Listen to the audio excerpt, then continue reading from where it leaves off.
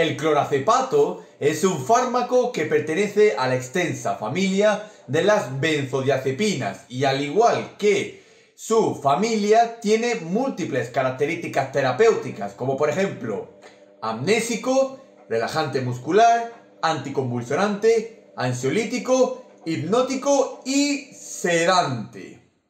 Aquí podemos observar la estructura y conformación química tridimensional del clorazepato, aunque el clorazepato se suele comercializar como una sal, es decir, como el clorazepato dipotásico en unión al hidróxido de potasio, es decir, a la potasa. Lo que observamos en general es el metabolito activo del clorazepato tras su primera metabolización en el organismo. Esta molécula se conoce como el desmetildiazepam. ¿Qué sacamos en conclusión? Que el clorazepato es un profármaco de larga duración y en el mercado comercial lo podemos encontrar bajo muchos nombres, especialmente bajo el nombre de Transilium.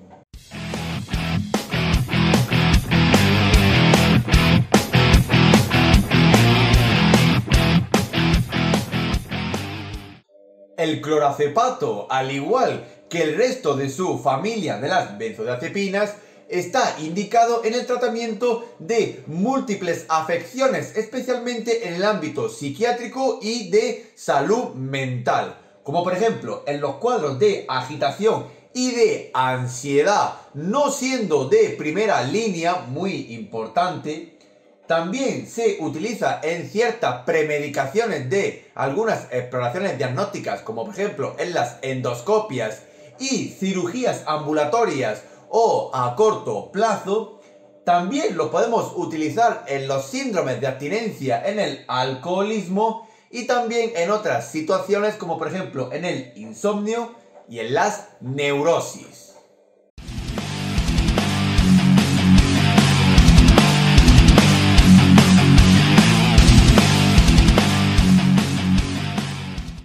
El clorazepato está totalmente contraindicado en la propia alergia al clorazepato y en general a cualquier benzodiazepina, ya que el clorazepato comparte el núcleo común de toda benzodiazepina.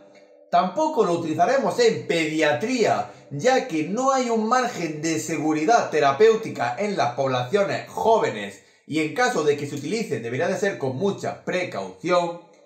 Tampoco deberemos de utilizarlo en la propia apnea del sueño, ya que una de las características del clorazepato es su efecto sedante y parcialmente depresor de la respiración. Y tampoco deberemos de utilizarlo en la propia insuficiencia hepática e insuficiencia respiratoria. Y también deberemos de tener cuidado con ciertas características del clorazepato, como por ejemplo en los cuadros de tolerancia, ya que el clorazepato junto con el clonazepam son de las benzodiazepinas que más suelen crear tolerancia, es decir, hay que ir subiendo progresivamente la dosis ya que el cuerpo se acostumbra a la ingesta y consumo del clorazepato. Mucho cuidado en ámbitos de la tercera edad y en geriatría debido también al efecto tolerante que crea el clorazepato y la aparición de efectos adversos. También en pacientes que puedan presentar reacciones psiquiátricas, mucho cuidado también en los ámbitos de salud mental donde utilicemos el clorazepato. Por supuesto en la propia insuficiencia hepática y o insuficiencia renal y respiratoria.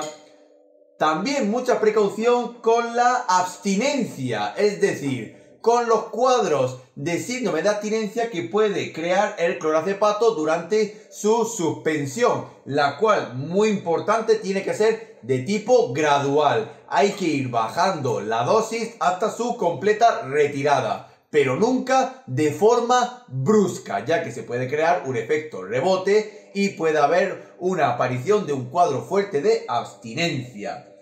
También mucho cuidado que si el clorazepato se utiliza por la vía intravenosa, siempre debemos de tener un carro de parada o un soporte vital avanzado, puesto que puede haber riesgo de paradas cardiorrespiratorias debido al efecto sedante que tiene el clorazepato. Y también decir, muy importante, que el clorazepato es un fármaco fotosensible, es decir, reacciona a la luz, por lo cual durante su administración intentaremos que sea la misma en un sitio donde no incida mucho la luz o no haya mucha luminosidad.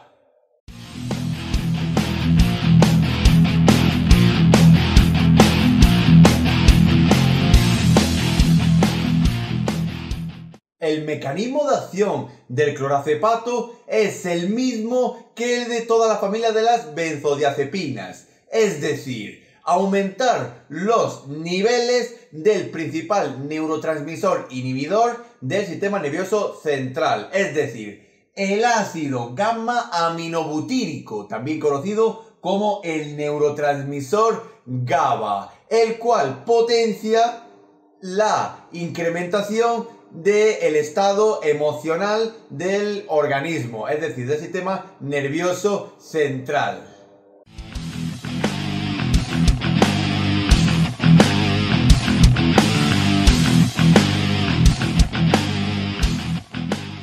Las vías de administración más usuales del clorazepato suelen ser la vía enteral y la vía parenteral, tanto de tipo intravenosa como de tipo intramuscular, aunque la vía intramuscular se suele reservar para situaciones de emergencia, donde hay una necesidad vital de utilización del clorazepato.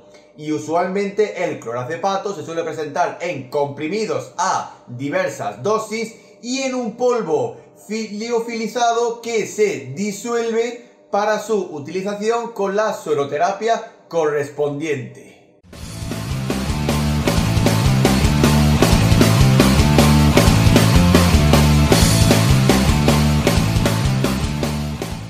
La posología del clorazepato es muy diversa, especialmente si atendemos a las distintas bibliografías que podemos consultar. Pero si hacemos un recuento aproximado de las dosis más habituales del clorazepato, encontramos que para agitación psicomotriz y estado de ansiedad utilizaremos de 20 a 200 miligramos diarios, instaurando después un tratamiento oral, es decir, enteral. Si nos vamos a las dosis que podemos utilizar en premedicaciones por exploraciones diagnósticas o intervenciones quirúrgicas cortas, podremos utilizar de 20 a 50 miligramos diarios. Si utilizamos la vía intravenosa, administraremos el clorazepato 30 minutos antes de la intervención o exploración. Y si utilizamos la vía intramuscular, se absorbe más lentamente, utilizaremos el clorazepato 60 minutos o una hora antes de la exploración o intervención. Si nos vamos a las poblaciones mayores y la tercera edad, así como en la propia insuficiencia renal, utilizaremos la mitad de la dosis normal para un paciente adulto. Es decir, si por ejemplo el paciente requiere 200 miligramos diarios, le administraremos a esa persona mayor la mitad, 100 miligramos diarios. Si nos vamos a los cuadros de neurosis y abstinencia por sustancia, podremos otorgar de 25 a 100 miligramos diarios. Si entramos en los cuadros de alcoholismo y síndrome de abstinencia por alcoholismo, utilizaremos una dosis de ataque primaria que iremos reduciendo hasta la completa deshabituación del clorazepato. Es decir, en el primer y en el segundo día administraremos una dosis aproximada de 50 a 100 miligramos cada 3 o 4 horas aproximadamente. En el tercer y en el cuarto día bajaremos la dosis de 25 a 75 miligramos cada 3 o 4 horas. Y finalmente, del quinto al sexto día, es decir, completando la semana, podremos utilizar de 5 a 25 miligramos cada 3 o 4 horas, siempre instaurando un tratamiento por vía enteral.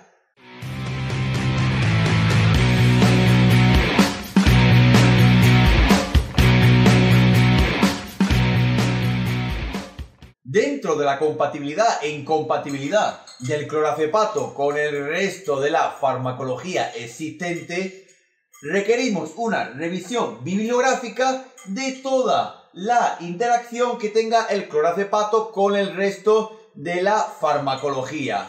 Y dentro de las propias interacciones, el clorazepato tiene mucha interacción con el propio alcohol, es decir, nunca mezclarlo, muy importante. Puede haber un aumento del efecto de otros fármacos, es decir, una sinergia con los miorrelajantes, es decir, relajantes musculares. Puede tener interacción con depresores del sistema nervioso central. Mucho cuidado cuando administramos el clorazepato con otras benzodiazepinas u otros fármacos depresores, como por ejemplo los opiáceos. Y también tiene interacción con inhibidores del citocromo P450. Por eso, mucho cuidado también en pacientes que estén en tratamiento con fármacos que interactúen con este citocromo en cualquiera de sus variantes enzimáticas y proteicas.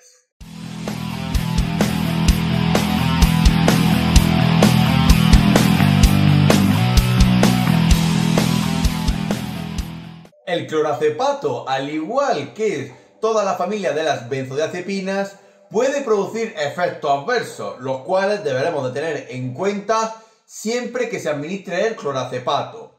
Por ejemplo, puede haber una respuesta bradisíquica a la ingesta de clorazepato, es decir, puede haber una unión del sistema emocional con el sistema cardiovascular, derivando de ello en una respuesta menor cardíaca, por ejemplo, en la disminución de la frecuencia cardíaca, es decir, la bradicardia.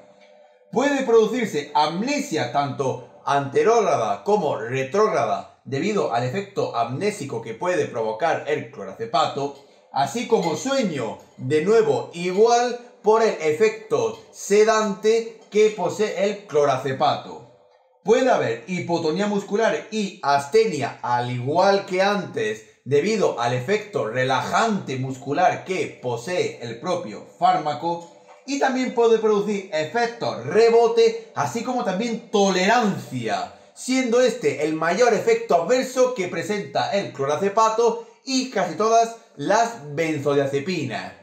Y también decir que el clorazepato en el embarazo y la lactancia posee categoría D. Es decir, hay estudios que han evidenciado daño fetal y otras malformaciones producidas por la ingesta del clorazepato durante el embarazo y puede excretarse por la leche materna. Por eso no debería de administrarse el clorazepato tanto en el embarazo como en la propia lactancia.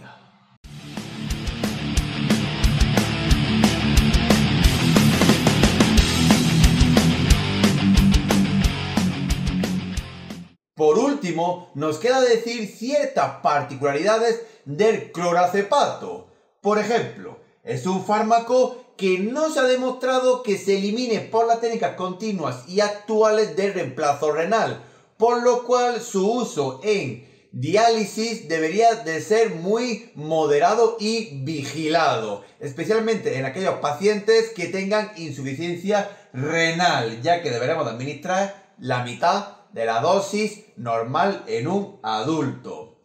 También decir que el clorazepato no se utiliza como primer fármaco o fármaco de primera elección en la ansiedad en conjunción con depresión. Tampoco deberemos de utilizarlo en primera línea ante enfermedades psicóticas. Y también mucho cuidado de nuevo en su uso en pacientes jóvenes y en pediatría. Y al igual que todas las benzodiazepinas, el clorazepato tiene un antagonista, tiene un antídoto en caso de que hubiera una sobredosis de clorazepato, siendo este el flumacenilo, el cual lo administraremos a la dosis correspondiente para mitigar y solventar los efectos adversos derivados del consumo descontrolado y abusivo del clorazepato.